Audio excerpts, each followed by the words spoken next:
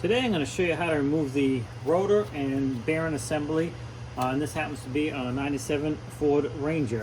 First thing I do is remove this dust cover, and you can use a large pair of water pump pliers like this.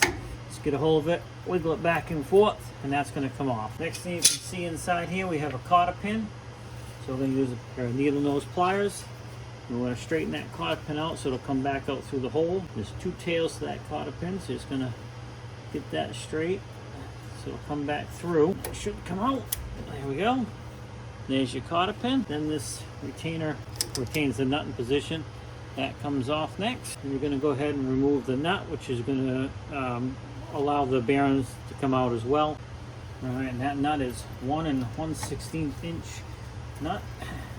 Shouldn't be on too over tight because it's just holding your bearings in place. Put that aside. And then if you wiggle your rotor, you can see that front bearing's going to start coming out of there. We can go ahead, there's a retaining washer or a backer washer, and then your first set of bearings right there. Yeah, pretty warm but not terrible. We're putting all new on anyway. Set that aside. Then the rest of your rotor and your hub assembly will come off as well, and your back bearing is right inside there. And now we'll set this aside because we're going to be putting all new ones on, and you're just left with your spindle or your shaft here with your bearings run on. We'll clean this up, put some new grease in there, and we'll be able to reassemble the new hub and rotor back on this truck. Once I did that, I got everything all cleaned up nice here. Make sure there's no old grease left behind where the bearing's going to run. And then we're going to go ahead and put some new grease on here. That's where those are going to run. There's one going to run there, one's going to run right there. I already packed the bearings, and I have a video of how to do that if you want to check that out. All right, this has an inner and an outer bearing assembly. So we're going to go ahead and slide those on so we can slide the new hub on. Now you can see I got this packed with grease, and you can't just smather the grease all over this. You have to do it in a certain way to make sure you get grease all inside those roller bearings. And we're going to go ahead and slide that one on. It's going to be probably pressed on. No, shouldn't have to be, but there, she was just kind of caught.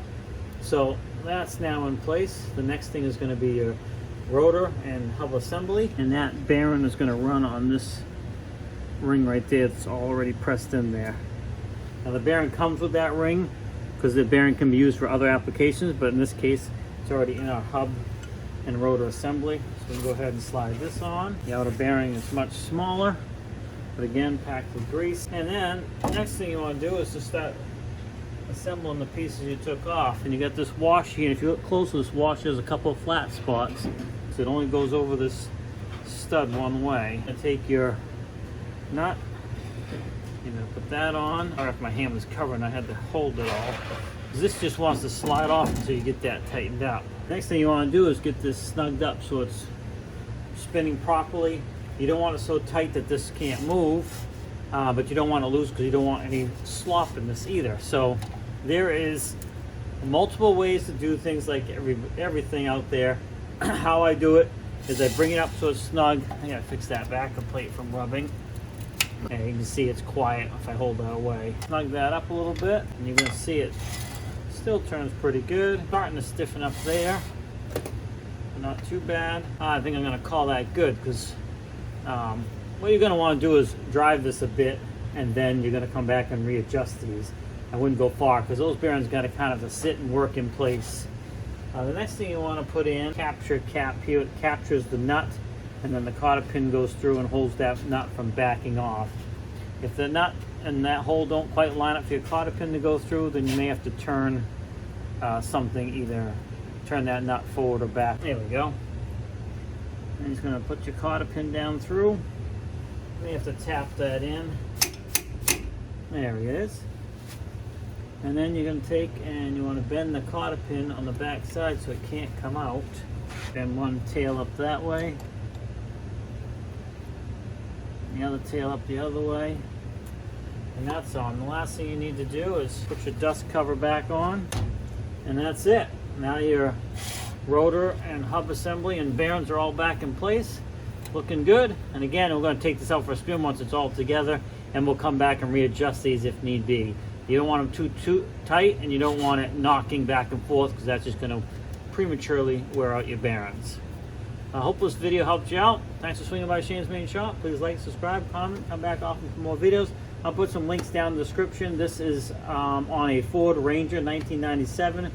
But this is typical of many vehicles. Sometimes the hub assemblies come with the bearings all pressed in, you just slide it on. And other times the rotors come without the hub assembly at all, and you don't have to do any bearing work. So there you go. And again, 97 Ford Ranger. Thanks for swinging by. Have a great day, and we'll see you in the next video.